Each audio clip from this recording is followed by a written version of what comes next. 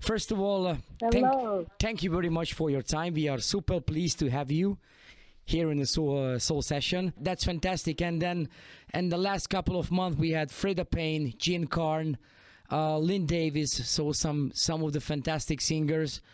And then, such a privilege to have you here in the Soul Session. I was actually planning to find a way to catch you, and finally, thanks for your promoter and for your assistant. We just here and we can talk a little bit. Tanya, Mr. Sam. Yes. Yes. Yes, okay. Absolutely.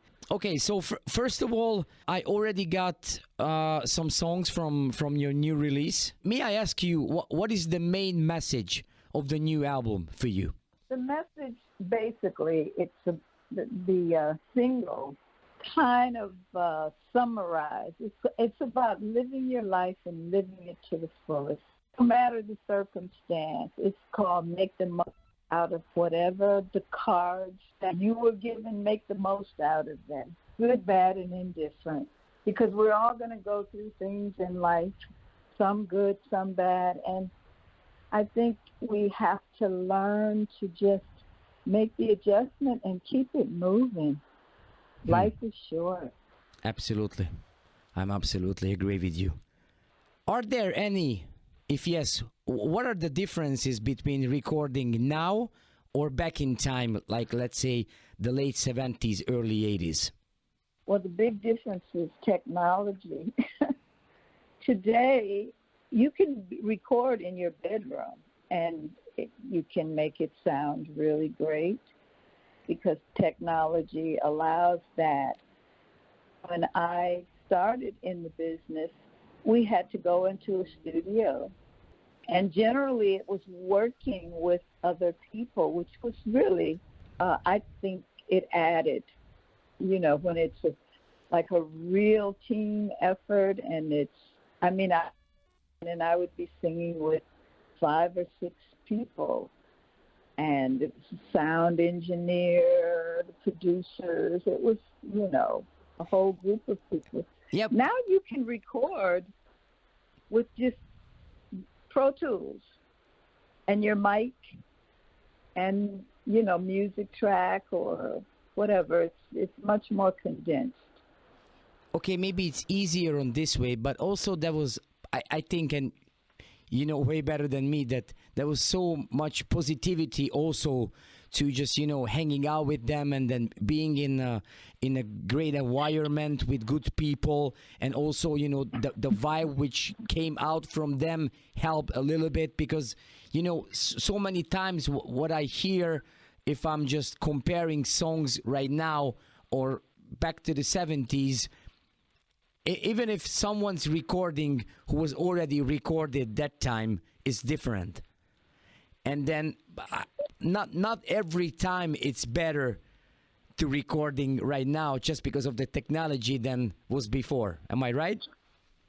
I think by the fact that back then there was a team effort involved, and it was a number of people. So that, to me, that human element of work in a group, it did make a difference, because you did get, I think, multi dimensions.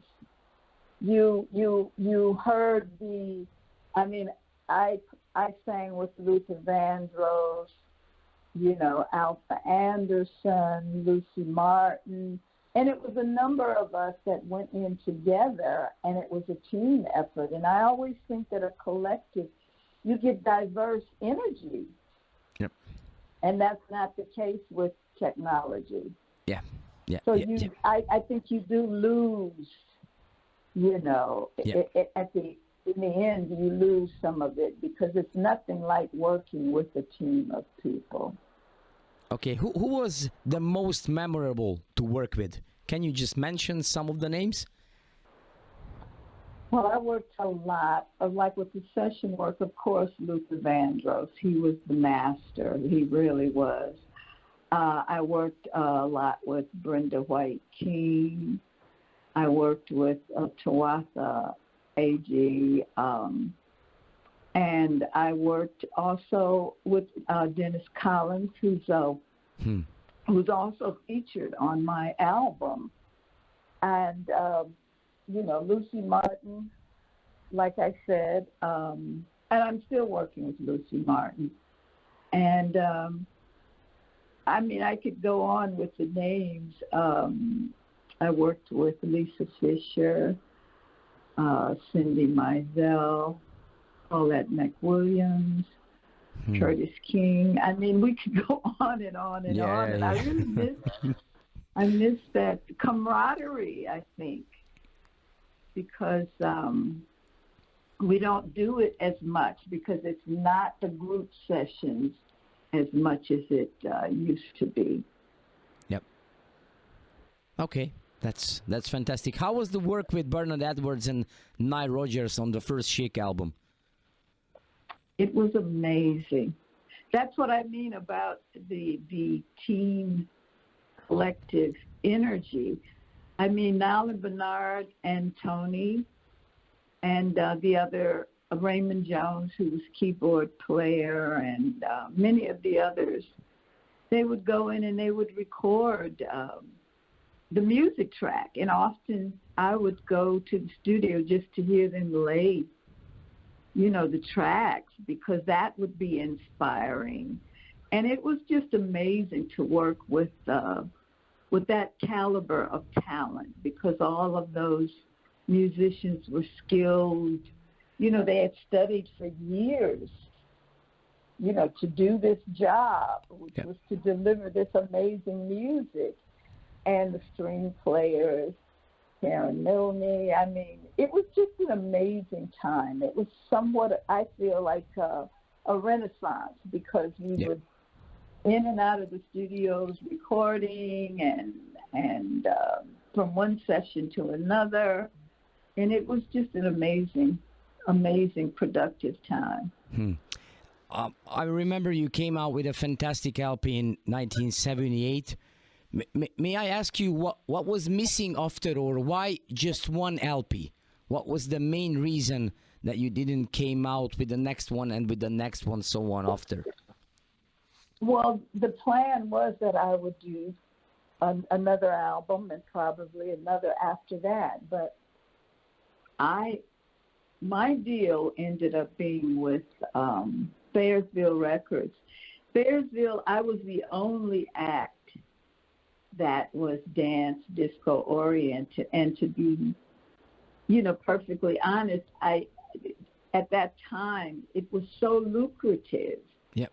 The dance industry, disco, and I ended up being signed, I think, to a label that really didn't have a genuine interest in dance music per se. It was more to reap, from the fact that it was just, all of these labels wanted a piece of it, but it didn't mean that they were genuinely interested in the art itself of dance music. And so after the first album, the owner of the label, Albert Grossman, who had managed Janis Joplin, Todd Rundgren was on the label, he really was more interested in me going in a direction that was more almost like Southern soul. Okay.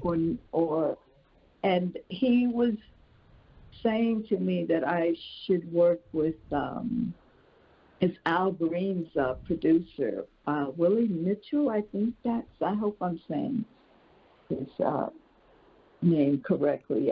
It's a very wonderful producer, but it wasn't dance music. So at the end of the day, after the first album, and Nile and Bernard and also Albert had creative differences, and I kind of got lost in that shuffle, which happened to a lot of artists.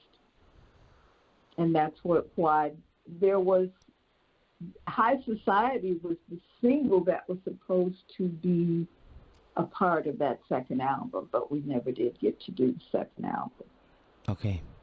A legend like you, what would be the most important message to the young generation about their music career? Because luckily we see and we hear that so many new artists coming out and try to following your footsteps, guys, and then try to, still keep the real soul music alive. But as I mentioned, there are some differences, of course, because of the technical things and other aspects as well. But what would be your main recognition to the new generation about the music career? I would say hone your craft.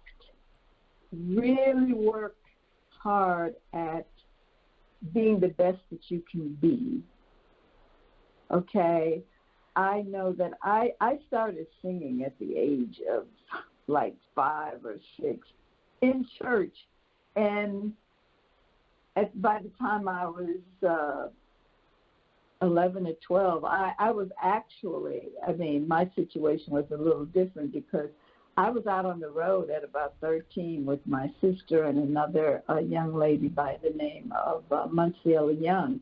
Her father was, her uncle was a very well-known organ player, singer throughout the Midwest.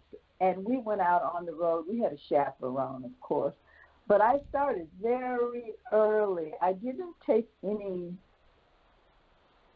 training in reference to keyboard playing. I wish that I had. But all of those things allow you to be excellent if you take the time to really study and learn your craft. Mm-hmm. And that is number one. And also believing in your dream and sticking with it, because there's going to be a lot of naysayers. So those two things. And I also had something, some people say they don't have a plan B, but I had a college degree as well in case I didn't make it. And just something as a backup plan, or something that you can rely on if your pursuit of your career isn't happening as fast as you would like for it to. Have something, be able to be, I'm a multitasker. I also managed other artists for a while. So it's always good to have, other skills as well. Okay, so when I'm listening music, and for me as a music collector, a lover of soul and funk music from the late 70s, early 80s, what I feel is that in that time, or let's say right now, the new generation, the new artists try to do what the market needs or requires. And then back then, what I feel when we are listening the music, it was just like what it just came out from your soul, what you really would like to just present, even if it was like marketing-wise, not that popular. Yeah, some people do. I call it, if it's trendy, people cater to the trends. And I grew up on a lot of music, varied kinds of music, gospel, funk, R&B, jazz. I even listened to some classical, gospel, you name it. And it wasn't, when we were recording, even with my new music, I was not writing songs based on what the trend is. I was writing, like you said, from my heart. And for me, a lot of it is substance-oriented. I pay attention to what's happening in the world, and I just think that part of my goal was to try and inspire and encourage, because people are going through a lot today, and I just felt like I needed to deliver some music that would encourage and inspire and be uplifting. Yeah.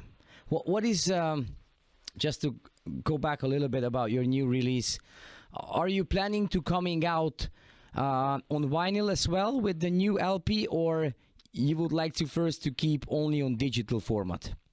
What's the plan with it? Well, our plan is to have some vinyl, okay, and actual some CDs as well, because I'm out on the road with, of course, Lucy Martin and I, work as the former lead vocalist of She.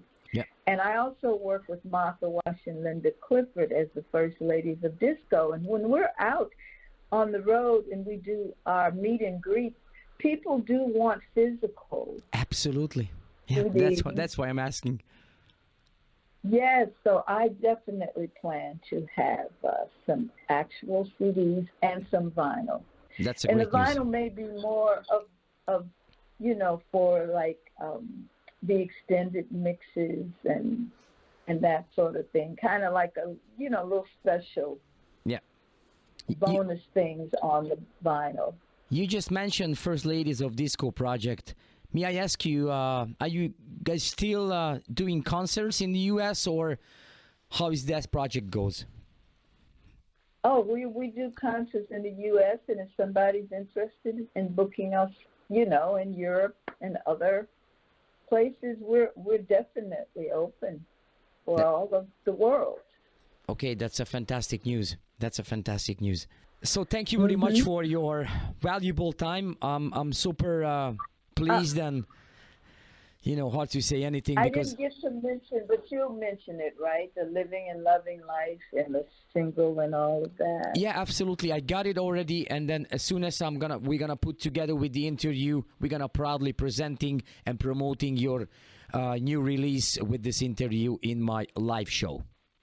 Great. And also mention the extended mix, which is by Alex D. Cho out of Italy. Okay, I got everything from Tanya, so I'm really going to do my best on promotion wise, and also I told Tanya that there is anything I can do for you guys here in Europe, just let me know. Thanks for this great radio show. We are well connected, so I'm gonna do my best to promoting and do everything what I can do for you. Thank you so much. I appreciate it. Thank you, Norma, for your time. I really do. We You're are so welcome. pleased to have you here in Soul Session. All the best. Take care. Wonderful. All All the right. best. Thank you. Bye bye. Bye-bye. Talk soon. Bye bye.